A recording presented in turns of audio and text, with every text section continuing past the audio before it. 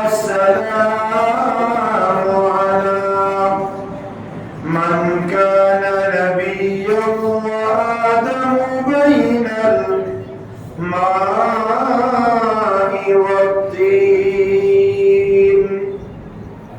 وعلى آله وأصحابه أجمعين. أما بعد فقد قال الله عز وجل في شأن حبيبه تعظيما له وتوقيرا: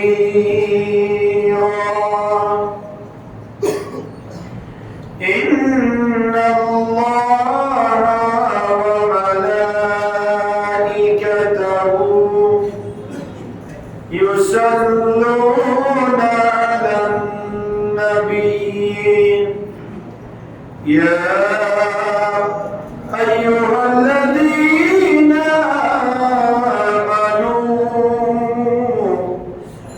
صلوا عليه وسلموا تسليما. صلى الله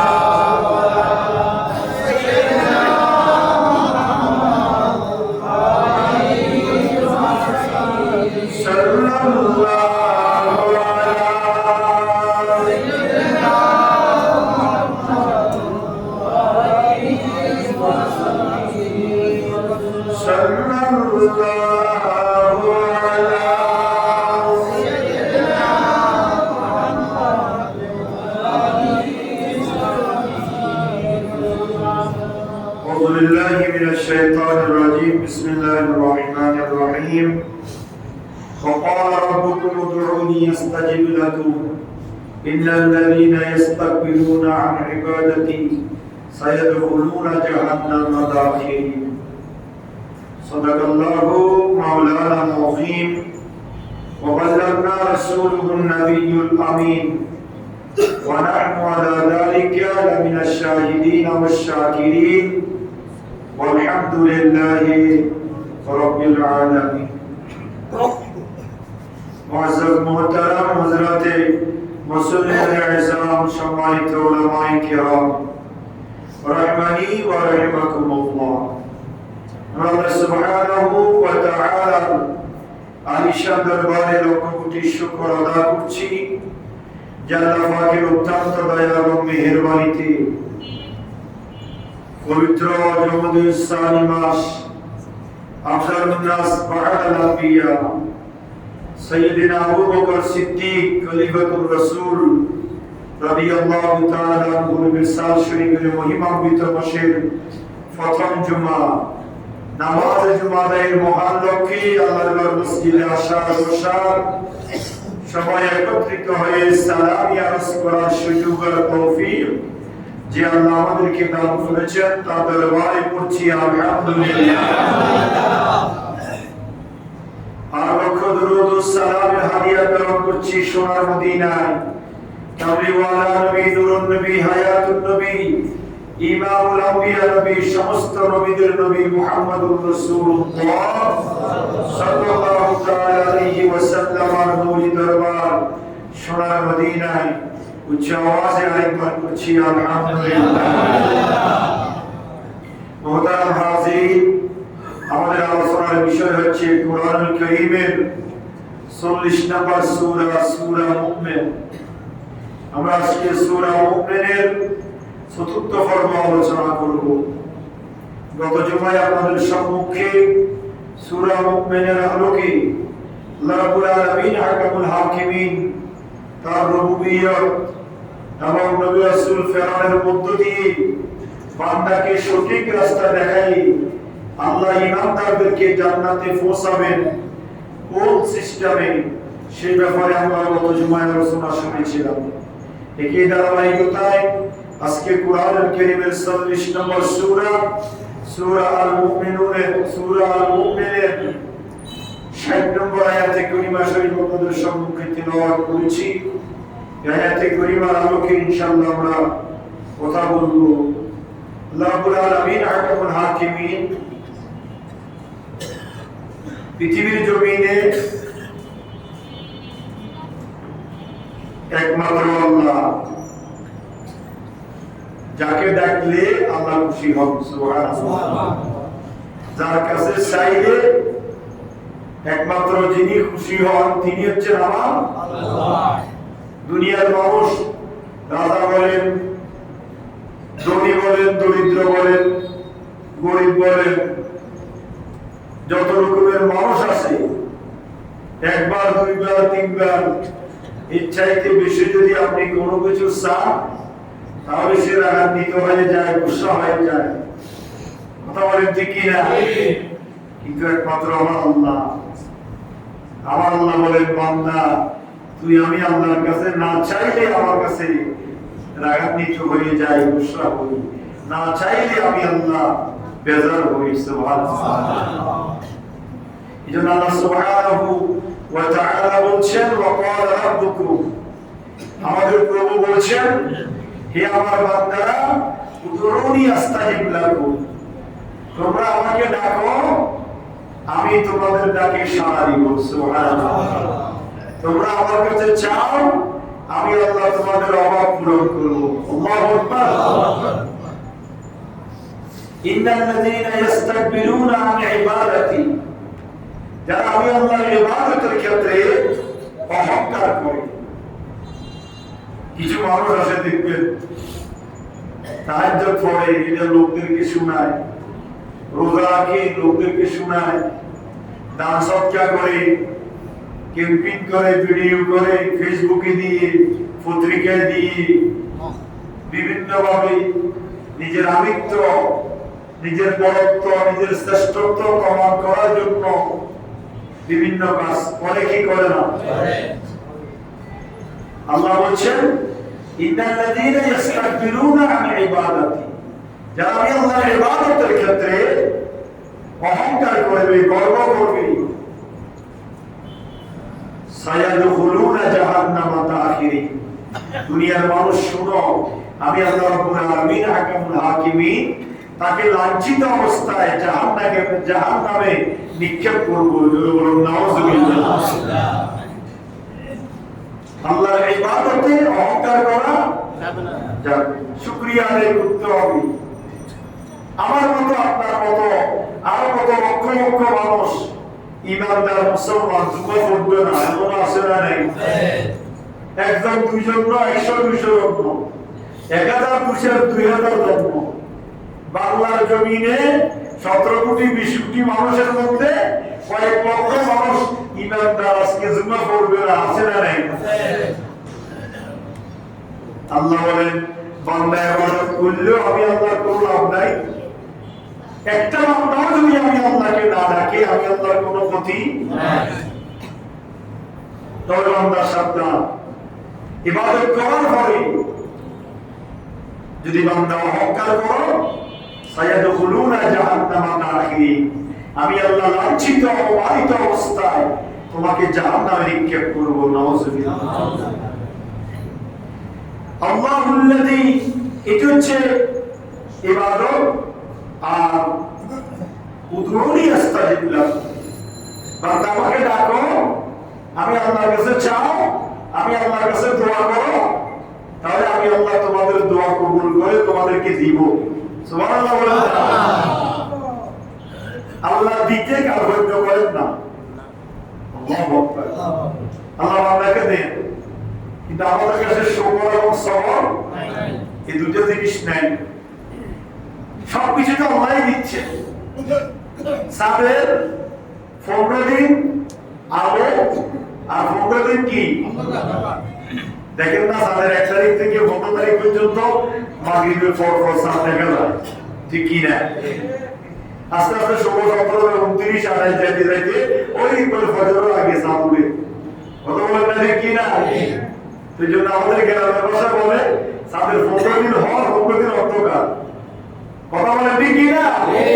অর্থাৎ 15 দিন আলো আর 15 দিন অন্ধকার। আল্লাহ রাব্বুল আলামিন আহকামুল হাকিমিন বান্দাকেও দিয়ে দেখেন, নিয়ে দেখেন, সুস্থ রাখি দেখেন, অসুস্থ করে দেখেন, দৌড় দিয়ে দেখেন, অভাবে ফেলে দেখেন, মুসিবতের মধ্যে ফেলে দেখেন, দেখি বান্দার অবস্থা কি। এজন্য আল্লাহ নবী বলেছেন, ক্বালা রাসূলুল্লাহ সাল্লাল্লাহু আলাইহি ওয়াসাল্লাম, ইন্না দুআ হুয়াল ইবাদা। বান্দারে আমার ইবাদতই একমাত্র দোয়া। জোরে সুবহানাল্লাহ। দোয়া শুধু হাত তুলি বসে বসে কান্নাকাটি করে চাইলে এটা দোয়া নয়। আপনি যেটা ইবাদত করবেন সেটাও দোয়া। সুবহানাল্লাহ। এর দ্বিতীয় অর্থ এটাও হতে পারে প্রত্যেক ইবাদতেই দোয়া। সুবহানাল্লাহ। আপনি দোয়া করতেছেন, তাসবিহ তাহলিল করতেছেন, এগুলো দোয়া না? এটাই ইবাদত। এটাই কি? এটাই আল্লাহর কাছে চাওয়া। ওয়া ফাকুতু আমরি আল্লাহ, ইন্নাল্লাহা বাসীরুন, রাব্বি জিদনি, রাব্বি ইয়াসসির ওয়া লা তুআসসির আলাইনা বিল খায়র, লা ইলাহা ইল্লা আনতা সুবহানাকা ইন্নী কুনতু মিনাজ জালিমিন। আপনি বলতেছেন, আল্লাহ লা ইলাহা ইল্লা আনতা সুবহানাকা ইন্নী কুনতু মিনাজ জালিমিন, তুমি ব্যতীত কোনো উপাস্য নাই, আমি তোমার প্রশংসা করছি আর আমি জালেমদের অন্তর্ভুক্ত। আল্লাহ বলেন, তুমি এই কথাটা বলতেছো, এটাও ইবাদত, এটাও আমি আল্লাহর কাছে চাওয়া। সুবহানাল্লাহ। হাদিসে কুদসির মধ্যে আল্লাহ নবী ইরশাদ করেছেন, যে ব্যক্তি আল্লাহ রাব্বুল আলামিন হাকামুল হাকিমিনের হামদ, শুকরিয়া এবং প্রশংসা করতে করতে, আল্লাহর ইবাদতে মশগুল থাকতে থাকতে, কোরআন তেলাওয়াত করতে করতে, তাসবিহ তাহলিল, নামাজ, রোজা, ইবাদত কর, ইবাদতে মশগুল থাকার কারণে সে নিজের প্রয়োজন সওয়াব কোনো অবসর সময় তার কাছে নাই। আপনি ব্যস্ত সারাদিন, হয় কোরআন তেলাওয়াত করতেছেন, না তাসবিহ করতেছেন, না হালালভাবে ব্যবসা করতেছেন, না চাকরি করতেছেন, বিভিন্ন অবস্থার মধ্যে আপনি কি ব্যস্ত। আল্লাহর কাছে চাওয়ার কি নাই? সময় নাই। আল্লাহ রাব্বুল আলামিন হাকামুল হাকিমিন হাদিসে কুদসির মধ্যে বলেন, আমি ওই বান্দাকে যারা চায়, যে চাইতে পারে না সময়ের কারণে, যারা চায় তার থেকে আরো বেশি দিই। জোরে বলুন সুবহানাল্লাহ। কথা বুঝেন নাই? বলো, যে বান্দা সারাদিন ইবাদতে মশগুল, কাজ কারবারে মশগুল, আপনি ব্যবসা করেন সেটাও ইবাদত, আপনি হালাল পন্থায় চাকরি করেন সেটাও ইবাদত, আপনি কোরআন তেলাওয়াত করতেছেন সেটাও ইবাদত, আপনি নামাজ পড়ে আপনাকে দ্রুত আরেক কাজে যেতে হবে, সেই কাজটা আপনার জন্য প্রয়োজন, সেটাও ইবাদত। আল্লাহ বলেন, বান্দা এমন ইবাদতে যখন তুমি মশগুল থাকবে, তুমি হাত তুলি আমি আল্লাহর কাছে কান্নাকাটি করে সামার মতো সময় তোমার কাছে আর নাই, এত ব্যস্ততার ভিতরে তুমি থাকো। ও আমার বান্দা শুনো, যারা সারাদিন বসে বসে আমি আল্লাহর কাছে কান্নাকাটি করে, আমি আল্লাহর দরবারে মোনাজাত করে ছাড়, তাদের চাইতে আমি আল্লাহ ওই বান্দাকে আরো বেশি দিই, যে বান্দা ইবাদতের মশগুল থাকার কারণে আমি আল্লাহর কাছে চাইতে পারে না। সুবহানাল্লাহ।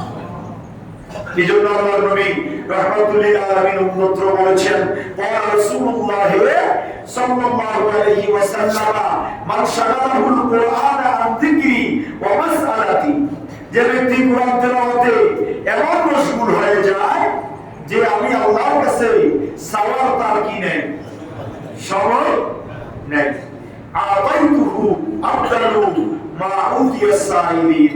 আল্লাহ রাসূল বলেন, হাদিসে কুদসির মধ্যে আল্লাহ পাক ইরশাদ করেছেন, আমি তাকে এমন ভাবে দিই, যারা চায় তার চাইতে আমি তাকে এই বান্দাকে বেশ দিই, যে বান্দা ইবাদতে মশগুল থাকার কারণে দুই হাত তুলে কান্নাকাটি করে আমি আল্লাহর কাছে চাওয়ার সময় পাই না। সুবহানাল্লাহ। এজন্য আল্লাহ রাব্বুল আলামিন হাকামুল হাকিমিন, আল্লাহর নবী ইরশাদ করেছেন, সহিহ জামিউত তিরমিজি শরীফের মধ্যে এসেছে, যে ব্যক্তি আল্লাহর কাছে তার ফরজ প্রার্থনা করে না, আল্লাহ তার প্রতি রাগ করে। যে ব্যক্তি আল্লাহর কাছে চায় না, আল্লাহ তার প্রতি কি করে? দেখেন, বিপদে কোন মানুষের কাছে আপনি চাইলে সে কি হয়ে যায়? রাগ করে পেরেশান হয়ে যায়। বেশি চাইলে একদিন, দুই দিন, তিন দিন, দেখলে আরেক দিন দিয়ে হবে। কিন্তু আল্লাহ রাব্বুল আলামিন আহকামুল হাকিমিন বলেন যে বান্দা না চাইলে আমি আল্লাহ তার উপর রাগ করি। সুবহানাল্লাহ। আল্লাহ রাব্বুল আলামিন আহকামুল হাকিমিন বলেছেন দোয়া হচ্ছে মুমিনের হাতিয়ার, হ্যাঁ, ধর্মের স্তম্ভ, আকাশ এবং পৃথিবীর নূর হচ্ছে আমি আল্লাহর কাছে ফরিয়াদ দোয়া। এজন্য আল্লাহ রাসূল বলেন দোয়া সালাহুল মুমিন, দোয়া হচ্ছে মুমিনের হাতিয়ার, মুমিনের অস্ত্র। সুবহানাল্লাহ। দোয়া মুমিনের কি বদরের জমিনে আল্লাহর নবী 313 জন সাহাবী নিয়ে নিয়স্ত্র বাহিনী, কোন অস্ত্র নাই, সারাদিন রোজা ক্ষুধার যন্ত্রণায় সংগ্রাম করছেন, এমন অবস্থায় বদরের জমিনে আল্লাহর নবী উপস্থিত হয়েছেন। 1000 জন সশস্ত্র বাহিনী, তাদের ওট ঘোড়া সৈন্য সামন্ত সবকিছু নিয়ে তারা বদরের প্রান্তরে উপস্থিত হয়েছে। আর আল্লাহ রাসূলের কাছে কোনো অস্ত্র নাই, কোনো হাতিয়ার নাই, মাত্র 313 জন সাহাবী রোজা মুখে। আল্লাহ রাব্বুল আলামিন আহকামুল হাকিমিন বলেন আদ-দুআ সালাহুল মুমিন, দোয়া হচ্ছে মুমিনের হাতিয়ার। ওই আল্লাহর নবী বদরের প্রান্তরে রাত্রে গভীরে যেদিন যুদ্ধ হবে তার আগের দিন রাত্রে আল্লাহর দরবারে দুই হাত তুলে দিলেন, মাবুদ আমি তোমার উপর ভরসা করে এসেছি, তোমার দ্বীন সত্য, আমার কোরআন সত্য, ইসলাম সত্য, জান্নাত সত্য, জাহান্নাম সত্য, তার সত্যতার প্রমাণ করার জন্য আমি কাফের মুশরিকদের সঙ্গে আজকে জিহাদের ময়দানে উপস্থিত হয়েছি।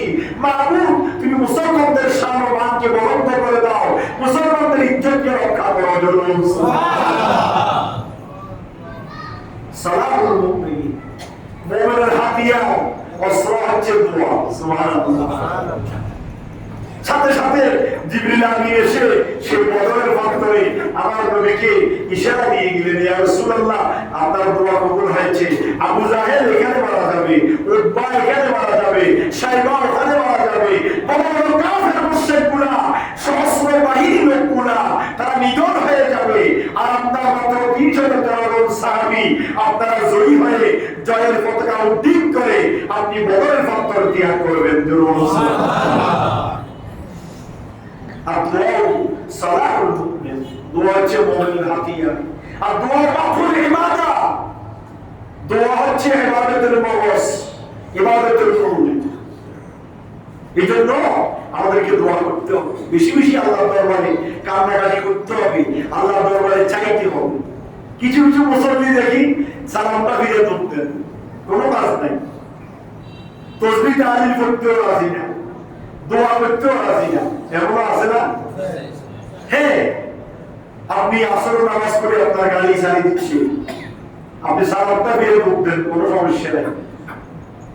ওই যে আপনার সময় নেই, আপনি যে গাড়ি চালিয়ে দিবে আরেকটা কাজে যাবেন, সেটাও আপনার ইবাদত। যদি নেক কাজ হয়, ভালো কাজ হয়, উদ্দেশ্য ভালো হয়, আপনি যে চাইতে পারেন নাই ব্যস্ততার কারণে, এই জন্য যারা চাইতেছে তাদের চাইতে আপনাকে আল্লাহ বেশ দিবে।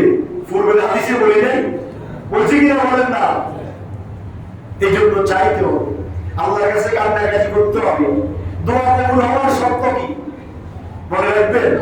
দোয়া কবুল হওয়ার শর্ত মুসলমান হওয়া না, কাফের দোয়া আল্লাহ কবুল করেন। সুবহানাল্লাহ বলেন না? কাফের দোয়া আল্লাহ কি করেন? কবুল করেন। জানেন না আপনারা? কথা বলে না, জানেন কি না? আমরা মনে করি আমরা মুসলমান, শুধু আমাদের দোয়াই কবুল না। আবু জাহেল, আবু লাহাব যখন মদিনাতুল মুনাওয়ারায় যাচ্ছেন আল্লাহ রাসূলের সাথে বদরের যুদ্ধ করার জন্য, আর আবু জাহেল, আবু লাহাব কাবা শরীফের সামনে দাঁড়িয়ে আল্লাহর দরবারে মুনাজাত করতেছে, আল্লাহ আমরা তো বদরের প্রান্তরে যাচ্ছি মুহাম্মাদের বিরুদ্ধে অস্ত্র ধারণ করার জন্য, তুমি হকের পক্ষে রায় দিও। জোরে বলুন সুবহানাল্লাহ। তুমি হকের পক্ষে কি দিও? তা আবু জাহেল, আবু লাহাবের দোয়া কবুল হয় নাই? কথা বলতে হয়েছে কিনা? হককে মুহাম্মাদুর রাসূলুল্লাহ সাল্লাল্লাহু আলাইহি ওয়াসাল্লাম, তো মুহাম্মাদুর রাসূলুল্লাহর হকেই তো দোয়া কবুল হয়েছে। শত্রু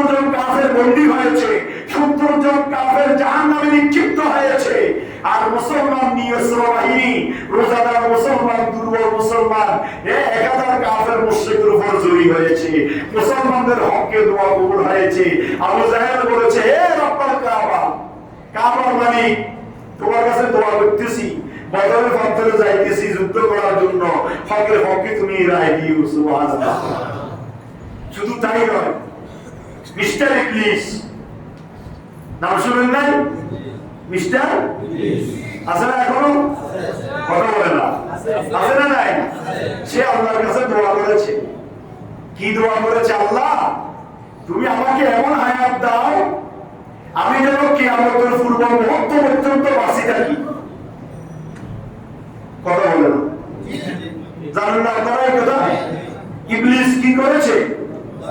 আমাকে এমন হায়াত দাও, আমি যেন কিয়ামতের পূর্ব মুহূর্ত পর্যন্ত কি থাকি। আল্লাহ দোয়া কবুল করেছে। ইবলিস কিয়ামতের পূর্ব দিন পর্যন্ত থাকবে বাস।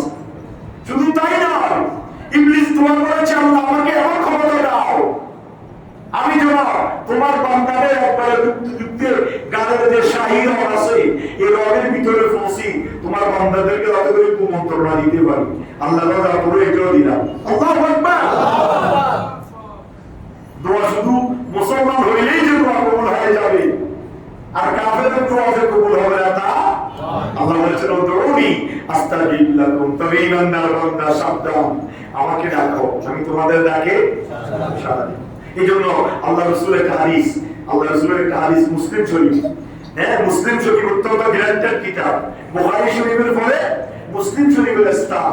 সেই মুসলিম শরীফের হাদিসের মধ্যে এসেছে, আর আবু হুরায়রা রাদিয়াল্লাহু তাআলা আনহু, আল্লাহ নবী ইরশাদ করেছেন, আবু হুরায়রা বর্ণনা করেছেন, যাকারা রাজুলা ইউতিলু সাফার আশআসা ওয়া আকবারা ইয়ামুদ্দু ইয়াদাইহি ইলাস সামা, ইয়া রাব্বি ইয়া রাব্বি, মাতআমুহু হারাম ওয়া মাশরাবুহু হারাম ওয়া মালবাসুহু হারাম ওয়া গুযিয়া বিল হারাম, ফাআন্না ইস্তিজাবু লিযালিক কামা ক্বালা আলাইহিস সালাতু ওয়াসসালাম। আগে বলেন না সুবহানাল্লাহ। আবু হুরায়রা হাদিস বর্ণনা করতেছেন, এক ব্যক্তি সফরের চিহ্ন তার কাছে আছে, তার চুলগুলা এলোমেলো, চোখগুলা টকবকে লাল, আর শরীরগুলা হচ্ছে দুলাযুক্ত, মালিযুক্ত, ময়লা আবর্জনা যুক্ত, দুর্বল একটা ব্যক্তি।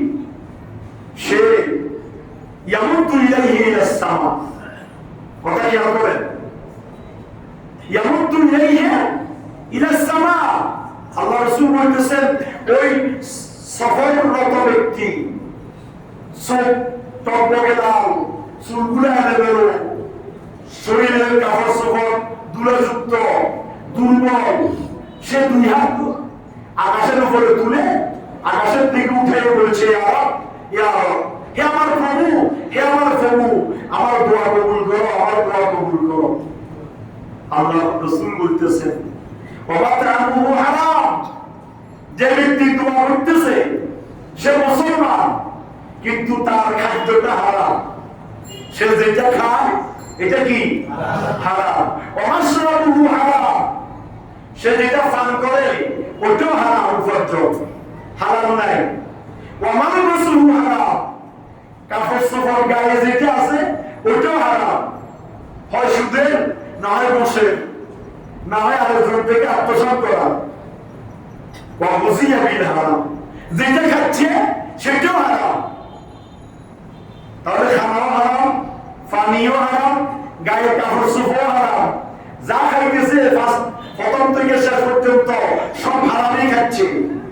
ফান্না ইস্তিজাবু লিযালিক, আল্লাহ রাসূল বলেন, ওই ব্যক্তির দোয়া কিভাবে কবুল হবে? আল্লাহু আকবার। ওই ব্যক্তির দোয়া কি হবে না? কবুল হবে না। এজন্য মুসলমান দোয়া কবুল হওয়ার প্রথম শর্ত হচ্ছে হালাল গিজা, হালাল খাওয়া, হারাম বর্জন করা। অন্য হাদিসের মধ্যে আল্লাহ রাসূল বলেন, মানিশতারা সাওবান বিআশারাতি দারাহিমা ফীহি দিরহামুন হারাম লাম ইয়াকবালিল্লাহু লাহু সালাতান মা দামা আলাইহি কামা ক্বালা আলাইহিস সালাতু ওয়াসসালাম। আল্লাহ নবী রাহমাতুল লিল আলামিন ইরশাদ করেছেন, মানিশতারা সাওবান বিআশারাতি দারাহিমা, আপনি একটা কাপড় ক্রয় করেছেন, কথা বুঝতেছেন? জি। কি ক্রয় করেছেন? কাপড়। আশারা তাদের রাহিম কত টাকা দিয়ে? 10 টাকা দিয়ে। ফিহে দিরহামুন হারাম, ওই 10 টাকার মধ্যে 9 টাকা হালাল আর 1 টাকা কি হারাম। লাম ইয়াকবালিল্লাহু লাহু সালাতা মা দামা আলাইহি। আল্লাহ রাসূল বলেন, তুমি ওই 10 টাকা দিয়ে যে কাপড় ক্রয় করেছো, সেই কাপড়ের 9 টাকা হালাল 1 টাকা হারাম, ওই কাপড় দিয়ে যদি কিয়ামত পর্যন্ত নামাজ পড়ি, আল্লাহর দরবারে সিজদায় পড়ি, দোয়া করো, আল্লাহ তোমার সেই দোয়া কবুল করবে না। জোরে বলুন নাউজুবিল্লাহ। কথা বুঝতে ভাই কিছু মুসলমান হযরত হাজির এইজন্য হালাল হয়ে যায়। এইজন্য আল্লাহ রাব্বুল আলামিন আহকামুল হাকিমিন সূরা মুমিনের মধ্যে মুমিনকে নির্দেশনা দিচ্ছেন, ওয়াকাল রাব্বুকুম উদউনি আস্তাজিব লাকুম, হে আমার বান্দারা তোমরা আমাকে ডাকো, আমি তোমাদের ডাকে সাড়া দিব। সুবহানাল্লাহ। আচ্ছা, আল্লাহ কি কাফেরকে বেশি ভালোবাসে নাকি ঈমানদারদেরকে বেশি ভালোবাসে? কেন বুঝলেন? আল্লাহ সবাইকে ভালোবাসে। আল্লাহ সবাইকে সবাইকে যে বৃষ্টি কি শুধু এতে বৃষ্টি হচ্ছে, ধান শস্যকে উৎপাদন হচ্ছে, এটা কি শুধু মুসলমানের নাই? কথা বলে না। এই যে সূর্যের আলো কিরণ দিচ্ছে, এটা কি শুধু মুসলমানের নাই? আল্লাহ বলেন, বান্দা আমি তোমাদের অন্তর চাই, অন্তর।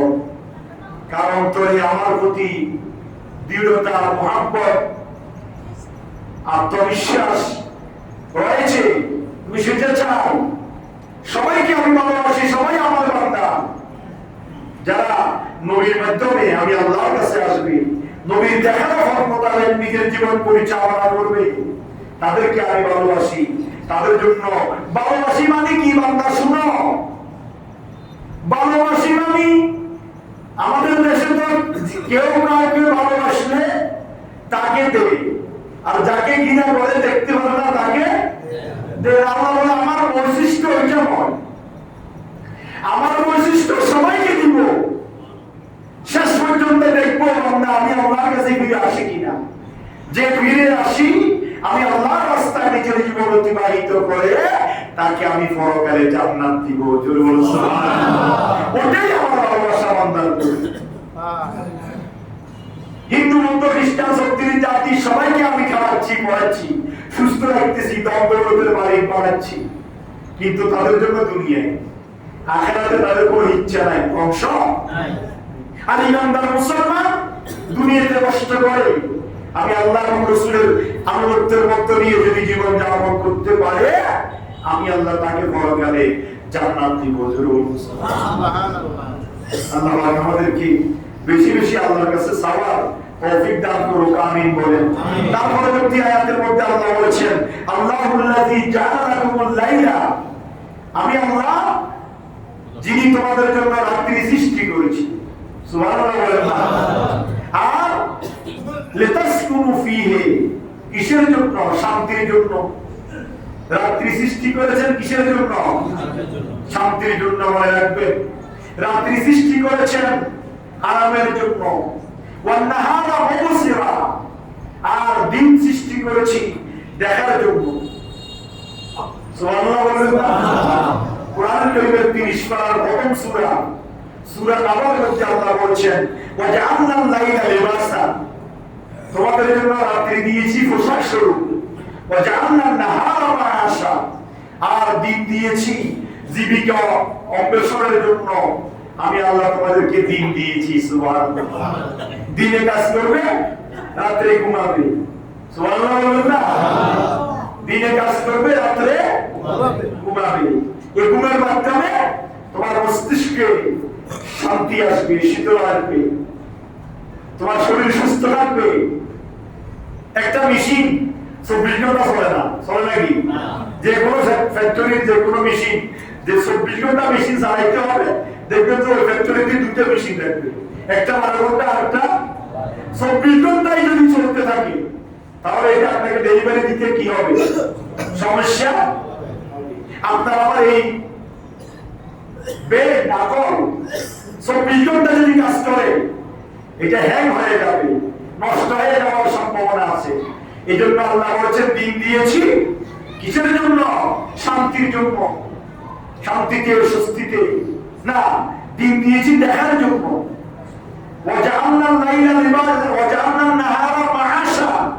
দিন দিয়েছি উপার্জন করার জন্য। সারাদিন বিচরণ করে করে রিজিক উপার্জন করো, হালাল রিজিক অন্বেষণ করো। আর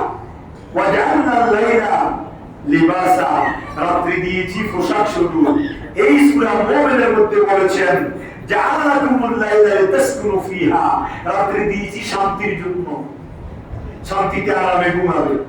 এই জন্য যারা খেয়াল রাখবেন, যারা রাত্রে গায়রতে এখন কমে গেছে, এখন বলতে গায়রত একবার নাই বললেও সাথে ইদানিং দেখতেছি না এলাকাতে কোনো তেমন একটা নাট্য আছে।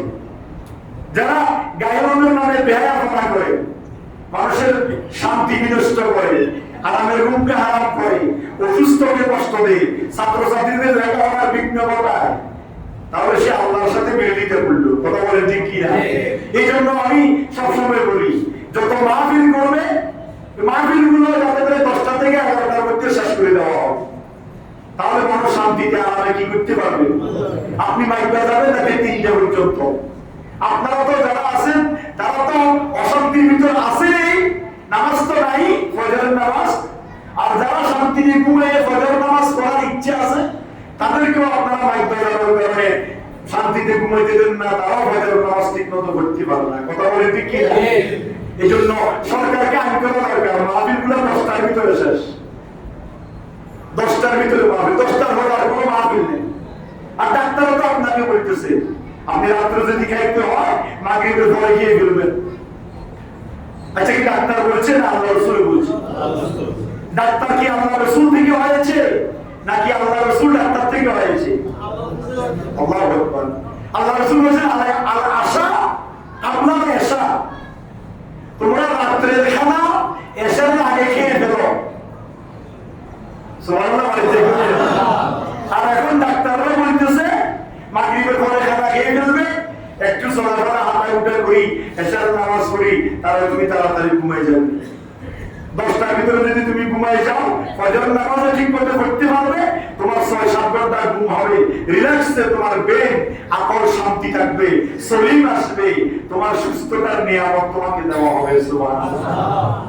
আমরা তো কোরআন হাদিসের থেকে দূরে, এই জন্য আমাদের শান্তি বিনষ্ট হয়ে গেছে, শান্তি নেই।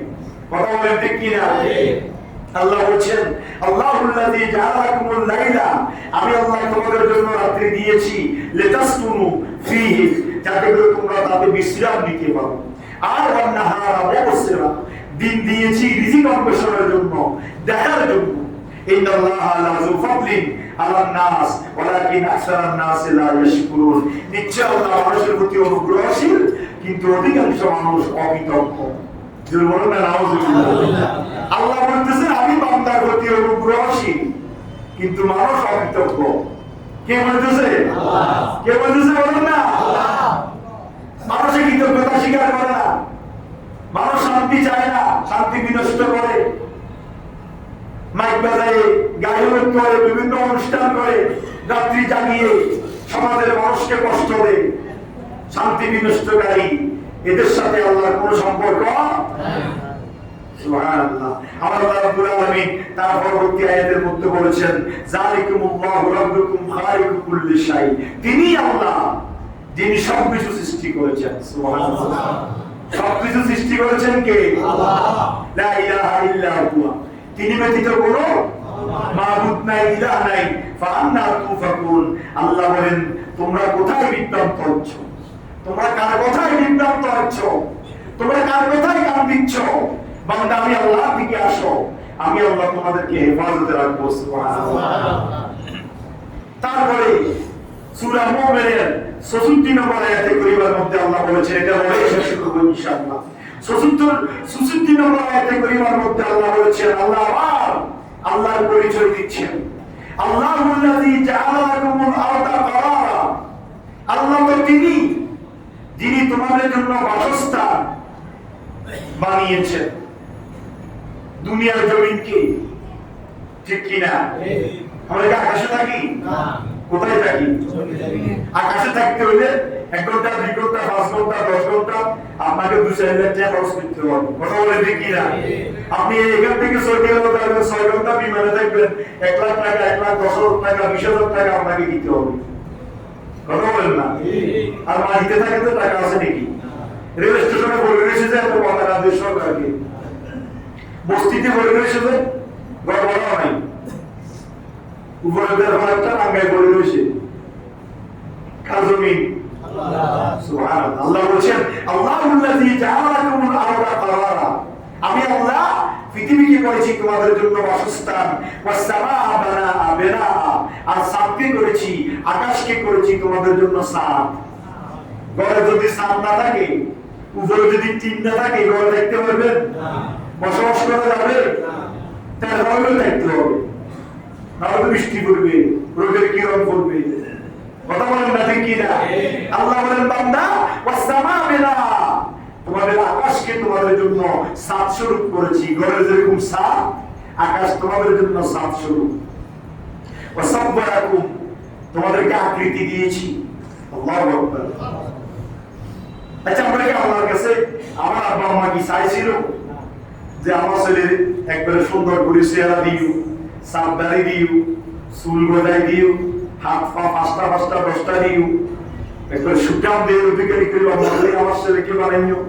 আপনার ছেলে আপনার আব্বা আম্মা এই ধরনের কোনো যখন মিলন করেছিল, তখন সন্তান হবে, এই ধরনের কোনো দরখাস্ত কি আল্লাহর কাছে দিয়েছিল? আল্লাহ কি বলছেন? ওয়াসাব্বারাকুম, তোমাদেরকে আকৃতি দান করেছি। ফাআহসানা সুওয়ারাকুম, এই আকৃতি সে আকৃতি নয়, 18,000 মখলুকাতের মধ্যে শ্রেষ্ঠ আকৃতি আমি আল্লাহ তোমাদেরকে দিয়েছি। সুবহানাল্লাহ। কোরআনুল কারীমের 30 পারা সূরা 3 এর মধ্যে আল্লাহ বলেছেন লাকাদ খালাকনাল ইনসানা ফি আহসানি তাকওয়িম। আল্লাহু আকবার। আহসান সুপারলেটিভ ডিগ্রি, ইসমে তাবদীলের সিগা। আহসান সুন্দর নয়, শুধু শ্রেষ্ঠ সুন্দর, সর্বোৎকৃষ্ট সৌন্দর্য আমি আল্লাহ পৃথিবীর জমিনে যাকে দিয়েছি সেটা হচ্ছে আমার বান্দাকে। সুবহানাল্লাহ। শুধু তাই নয়, সুন্দর করে বানাইয়েছি, সুন্দর আকৃতি দিয়েছি। বান্দারে আমার এতটুকুর ভিতর শেষ নয়, ওয়া রাযাকাকুম মিনাত তাইয়্যিবাত, তোমাদের জন্য হালাল রিজিকের আমি আল্লাহ ব্যবস্থা করেছি। সুবহানাল্লাহ। আমরা তো হালালের দিকে দাবিত নাই, হারামের দিকে আমাদের লোভ বেশি। কথা বলেন ঠিক কিনা? কথা বলেন না সবাই ঠিক কিনা? হালাল বস্তু দিয়েছে, আমরা হারামের প্রতি আমাদের আকৃষ্টতা বেশি। মদখন হারাম, সেই দিকে আমাদের আকর্ষণ বেশি। সিগারেট যদিও হারাম না হয়, এটা বৈধ কাজ নয়, সেটার দিকে আমাদের আকৃষ্ট বেশি।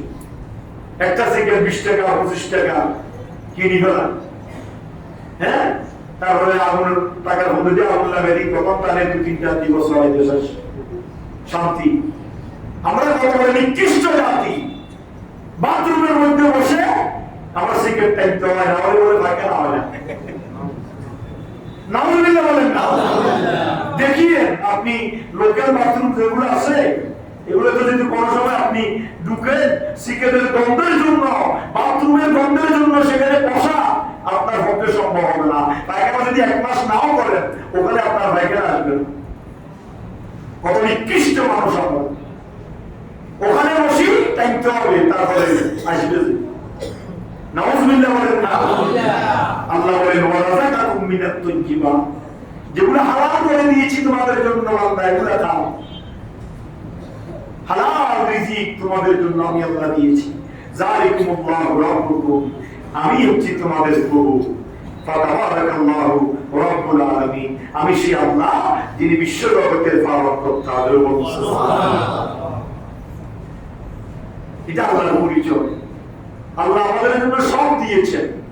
ওই যে বললাম 18,000 মখলুকাতের মধ্যে হিন্দু, বৌদ্ধ, খ্রিস্টান, সাকমা, বার্মা সহ যত জাতি আছে 36 জাতি, সবাইকে আল্লাহ সমানভাবে নিয়ামত দিচ্ছেন, রিজিক দিচ্ছেন, সুস্থ রেখেছেন। কথা বলেন ঠিক কিনা? নাকি কোনো ডিফারেন্স আছে? হিন্দু মুসলমানের মধ্যে শারীরিক কোনো তারতম্য আছে নাকি?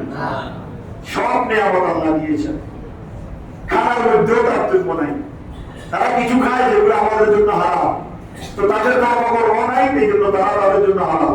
সাপও খায়, কচ্ছপও খায়, ব্যাঙও খায়, উইফুকও খায়, দাদাপও খায়, এটাও খায়, সেটাও খায়। এটা তাদের জন্য শরীয়ত নাই, এই জন্য তাদের জন্য হারাম মনে করি।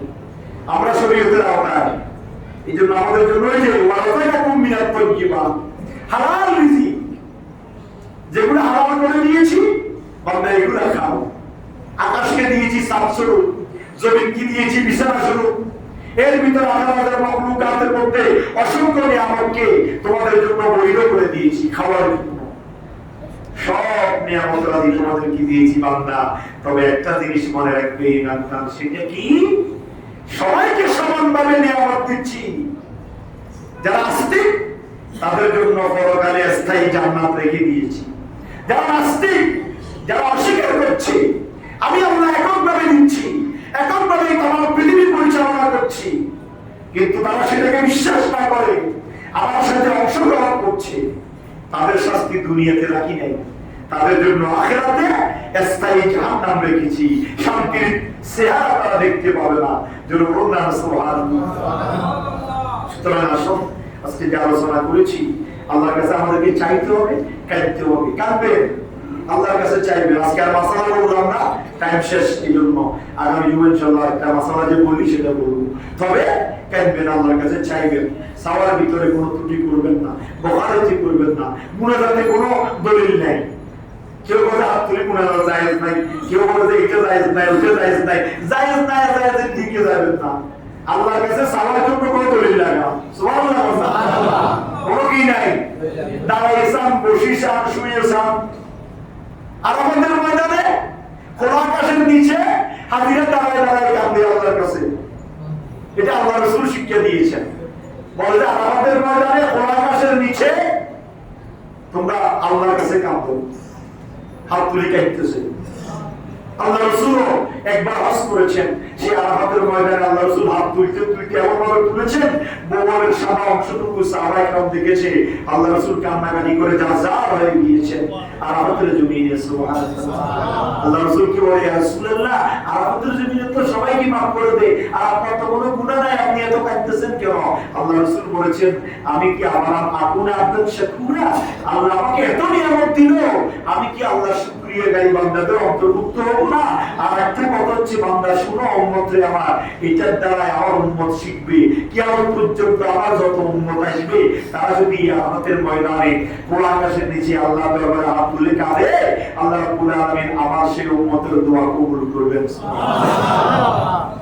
সুতরাং আপনাদের অনুরোধ করব, রাত বড়, যদি কোনো কারণে আমরা তো শুনতে পারো না, আগে শুনতে পারি না কোনোদিন, যদি কোনো কারণে 10টা 10:30 ঘুমিয়ে যায়, 3টার পরে আর ঘুমায় না, পিঠে ব্যথা করে, কিন্তু আপনারা কিভাবে সারাদিন রাত ঘুমিয়ে থাকেন আমার বুঝে আসে না। মজা কোথায় চলে যাচ্ছে? এত বড় রাত, এখন এই দিকেও বড়, ওই দিকেও বড়। আগে মাগরিব পড়তাম 7:30, এখন মাগরিব পড়ি 5:15। কথা বলে ঠিক কিনা? আগে ফজর পড়তাম 4টায়, এখন ফজর পড়ি 5:30। বড় কমছেনি, প্রায় 3-4 ঘন্টার মতো দিন প্রায় বড় হয়ে গেছে, কিন্তু আমরা কাজে লাগাচ্ছি না। আমরা গরমকালে যেরকম ফজর নামাজে আসি না, এখন শীতকালে যে একই অবস্থা, ফজর নামাজে আসতে পারি না। ফজর নামাজ ঘুমের ভিতর চলে যায়, ঘুম আর ঘুম। বাবা ঘুম যাবেন, এমন ঘুম যাবেন কেউ আপনাকে ডাকি উঠেছে জনমের মতো ঘুম।